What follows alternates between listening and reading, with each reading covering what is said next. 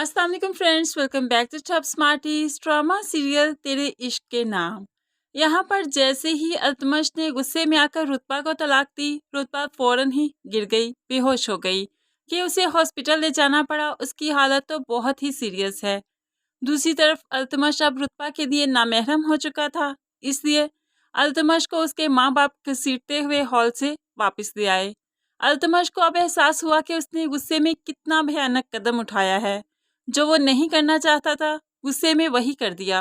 अब वो तड़पेगा, रोएगा। मुझे रुतबा से बात करनी है। मैंने ये सब कुछ गुस्से में बोला, मैं उसे छोड़ना नहीं चाहता, लेकिन यहाँ पर कोई उसकी एक नहीं सुनेगा और इस तरह वो खाली हाथ ही घर वापस आ जाएगा। यहाँ पर अस्का बहुत खुश है कि उसने जो चाहा वैसा ही हुआ, लेकिन अल्तमश ने घर आते ही सबसे पहले तो अस्का की गर्दन पर हाथ रखा और जोर से दबाने लगा। तुमने मुझे उस टाइम क्यों बताया कि वो जमीन और जेवरात नहीं लेकर आ रही? इसने मुझे गुस्सा दिलवाया, जिसकी वजह से मैंने उसे तलाक दी। मैं देना नहीं चाहता था, लेकिन अब अस्का अल्तमश से खुद को बचा ही लेती है, छुड़वा लेती है। अल्तमश रोते हुए अपने कमरे में आया तो कमरे को ऐसे सजा धजा देखकर और ज्यादा गुस्से में आ गया। चीखने लगा, चिल्लाने लगा, क्योंकि उसने तो ये कभी तसव्वुर भी नहीं किया था कि अब के बार जो बारात लेकर गया है तो रुतबा के बगैर वापस आएगा।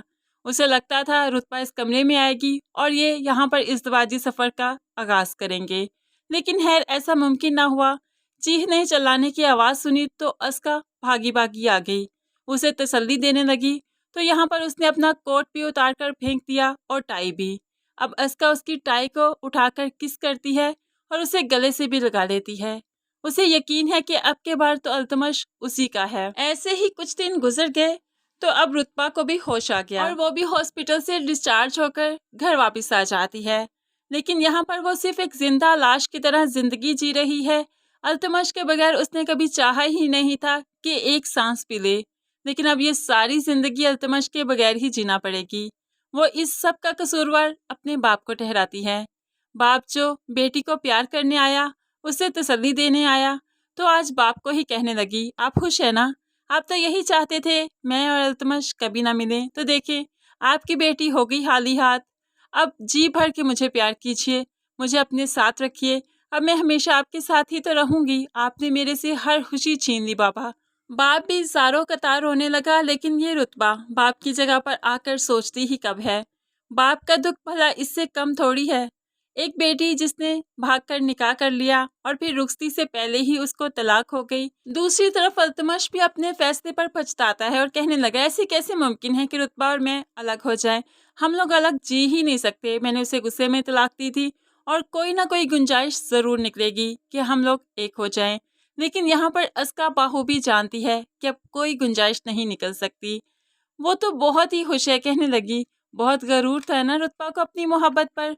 अपनी मोहब्बत के किस्से सुनाते सुनाते नहीं थकती थी। और वो अल्तमश जो रुतबा के बगैर सांस लेने का तसव्वुर नहीं कर सकता था, आज एक ही सांस में रुतबा को 3 तलाक देकर अपनी जिंदगी से फारिग कर दिया।